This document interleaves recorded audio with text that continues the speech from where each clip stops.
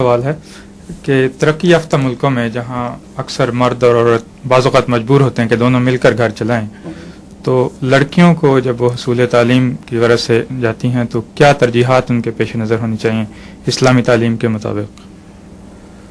دیکھیں، اسلامی تعلیم کے مطابق تو سب سے اول خدمت والے مواقع کو ترجیح دینی چاہیے اور ایسے پروفیشن کی تیاری کو ترجیح دینی چاہیے جن میں عورت کا ایکسپوئر کم سے کم ہو. جہاں پبلک ایکسپوئر زیادہ ہو وہاں اس پروفیشن سے اعتراض بہرحال بہتر ہے. اس لیے بہت سے ایسے پروفیشنز ہیں جن میں ایکسپوئر کے بغیر، اب یہ لیڈی ڈاکٹر ہے مثلا، اس کا پبلک ایکسپوئر نہیں ہوتا، اس کا ایک محدود ماحول میں، ایسے ماحول میں جہاں اس قسم کی گندگی کا کوئی سوال نہیں پیدا ہوتا. مریض مر رہے ہیں، ہر وقت عاقبت کا خیال پیدا ہو رہا ہے، دکھ بھی ہے، خوشیاں بھی ہیں، مگر ماحول مختلف ہے. وہاں اگر کوئی خطرہ ہے تو ان پرائیویٹ مجالس میں ہے جہاں لیڈی ڈاکٹر اور ڈاکٹر اکٹھے ہو کر بیٹھ کر گپ شپ لڑاتے ہیں یا اکٹھے پروگرام بناتے ہیں، چلو فلاں جگہ جائیں فلاں جگہ جائیں. وہاں سے احمدی لیڈی ڈاکٹرز کو اعتراض کرنا چاہیے، کیونکہ وہ پروفیشن کی مجبوری نہیں، وہ سوشلائزیشن ہے. بس میڈیکل پروفیشن میں اگر سوشلائزیشن کو ایک طرف کر دیں تو مسلمان عورت کے لیے اعزاز کا مقام ہے، خطرے کا کوئی مقام نہیں. اس لیے میں کہتا ہوں بے شک کریں.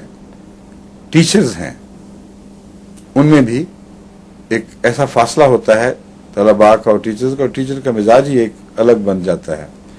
اس میں ایکسپوئر میرے نزدیک کم سے کم ہے باقیوں کے مقابلے پر. اس لیے وہاں بھی غالباً اگر چننا پڑے تو کوئی حرج نہیں ہوگا.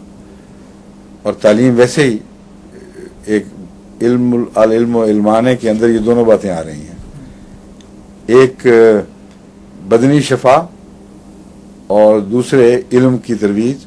یہ دونوں باتیں ان دو پروفیشن سے تعلق رکھتی ہیں. اس لیے مزید تقویت ملتی ہے میرے استدلال کو کہ اچھے پروفیشنز ایسے ہیں جن میں عورت کو، اہم مسلمان عورت کو ترجیح دینی چاہیے. پھر اس کے بعد آ جاتا ہے وکالت. وکالت کے میدان میں بھی احمدی خواتین کے لیے گنجائش ہے، کیونکہ وکیل کو جو ایکسپوئر ملتا ہے اس میں اس کی عزت، اس کے احترام پر کوئی کسی قسم کا خطرہ نہیں ہوتا، بلکہ وہ ایک ہاکش ایٹیچیوڈ اختیار کرتا ہے وکیل. اور پھر فرمز ایسی ہیں بعض جہاں وکالت کے دفتری ماحول میں ٹیکنیکلی نہایت ہی سنجیدگی کے ساتھ علم سے تعلق رکھنے والے مضامین پر کام ہو رہا ہوتا ہے، اور سوشلائزیشن کوئی نہیں دیکھی ہم نے کہیں. سولیسیٹرز کی فرمز میں یا وکلاء کی فرم میں مجھے تو کوئی مثال نظر نہیں آئی کہ سوشلائزیشن ہو رہی ہو. تو وہ حصہ بھی محفوظ نظر آتا ہے.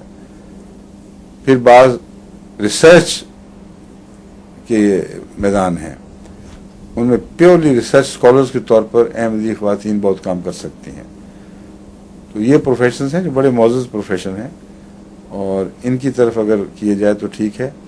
سیکریٹریل جابز جو ہیں ان میں خطرات رہتے ہیں ہر جگہ، اگرچہ آفس ہے لیکن سیکریٹریل جاب اپنے خطرات سے خالی نہیں ہے.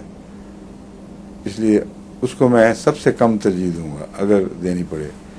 شاپس کے اوپر ایکسپوئر، یہ بھی سخت مجبوری کی حالت میں جب ایک عورت کو باہر زندگی کمانے کی خاطر کچھ کرنا ہے ٹھیک ہے، ورنہ یہ بھی نسبتاً زیادہ ایکسپوئر کی جگہ ہے اور کم عزت کی جگہ ہے. حضور، اس سے مجھے کا ایک سوال ہے کہ جب یہ لڑکیاں جو ہائی پروفیشنلزم اچیو کر چکی ہوتی ہیں، مثلا ڈاکٹرز یا وکلا، جب شادی کے بعد ایک سٹیج ایسی آتی ہے کہ خاوند یا بچوں کو زیادہ ضرورت ہوتی ہے اس عورت کی، تو پہلا ان کا فرض ہے اس کو پورا کریں. یہ پروفیشن ثانوی چیز ہے. عورت کا پروفیشن اولیت نہیں رکھتا، عورت کا علم اولیت رکھتا ہے. اس لیے قطعاً کوئی حرج نہیں کہ علم حاصل کرے عورت، کیونکہ وہ برابر کا حق ہے. علم کی ترویج تو دین کا حصہ ہے، اور قرآن کریم نے بھی دیکھیں علم پر کتنا زور دیا ہے. اس لیے علم کے حد تک عورت کو نہایت اعلیٰ تعلیم دلوائی جائے تو ہرگز مذائقہ نہیں ہے. چند دن پہلے بوسنین لیڈیز کے ساتھ جب سوال جواب ہوئے تھے، وہ یہاں تشریف لائی ہوئی تھیں، تو اس میں انہوں نے یہی سوال اٹھایا تھا کہ آپ جب یہ کہتے ہیں کہ مرد کو ہی گھر چلانا چاہیے اور ذمہ دار، اور یہی بہترین طریقہ ہے گھر چلانے کا، اس سے گھر کا بھی امن رہتا ہے، عورت کو ان امور کی طرف توجہ کا موقع مل جاتا ہے جس کی خاطر اس کی تخلیق کچھ مرد سے مختلف ہے، یعنی گھر داری، بچوں کا خیال، آئندہ نسلوں کی تربیت. تو پھر آپ علم پہ کیوں ساتھ نہ زور دیتے ہیں کہ انجینئر بھی بنے، عورت ڈاکٹر بھی بنے یا اور دوسری چیزیں.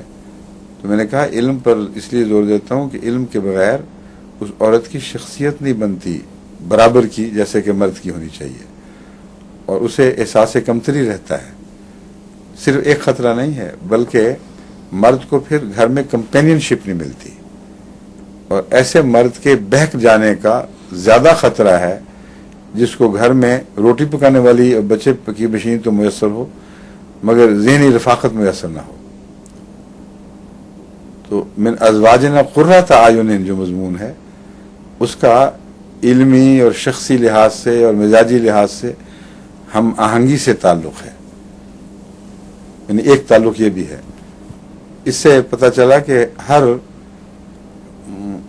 انسان کو اگر تعلیم یافتہ ہے تو کوشش یہ کرنی چاہیے کہ اپنے علم کے مزاج، اس کے ذوق، اس کے معیار کے مطابق اگر کوئی احمدی بچی مخلص مل جائے تو اسے کمائی کے ذریعے کے طور پر استعمال نہ کرے، اسے کھلا چھوڑ دے، گھر میں آزادی کے ساتھ اپنے علم میں ترقی دیکھے، اس کی مدد کر سکتی ہے، بسا اوقات اس کی مددگار بن سکتی ہے علمی لحاظ سے، اس کے کام کے لیے ٹائپ کر سکتی ہے، اس کی تھیسس بنا سکتی ہے، خود اپنے آئیڈیاز.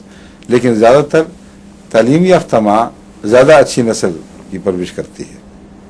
تو اگلی نسل کا بھی حق ہے کہ اس نسل کی مائیں تعلیم یافتہ ہوں.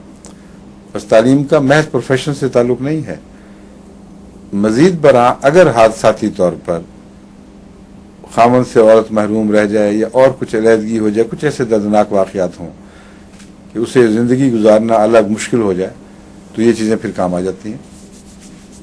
ٹھیک ہے.